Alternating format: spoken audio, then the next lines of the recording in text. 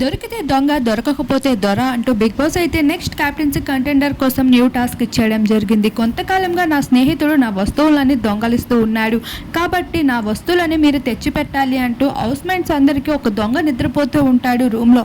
అక్కడికి వెళ్ళి మీరు నెమ్మదిగా తీసుకురావాలి అంటూ చెప్పడంతో హౌస్ మేట్స్ అందరూ మెల్లగా వాళ్ళకి కావలసిన సామాన్లన్నీ తెస్తారు.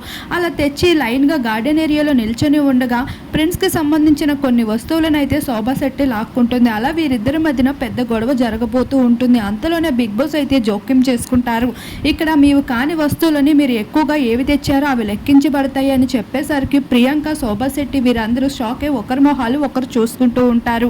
అయితే ఈ టాస్క్లో అయితే చివరి వరకు చేరుకొని ఫైనల్ టాస్క్లో చేరుకున్న వాళ్ళే కెప్టెన్సీ కంటెండర్గా విజేతలుగా నిలిచి నెక్స్ట్ ఇమ్యూనిటీని కూడా దక్కించుకునే అవకాశం దక్కుతుంది. మరి చూడాల్సి ఉంది ఈ టాస్క్లో ఎవరు విజేతలుగా నిలుస్తారో అనిపిస్తుంది అనేది కూడా తప్పకుండా కామెంట్ సెక్షన్లో కామెంట్ చేయండి.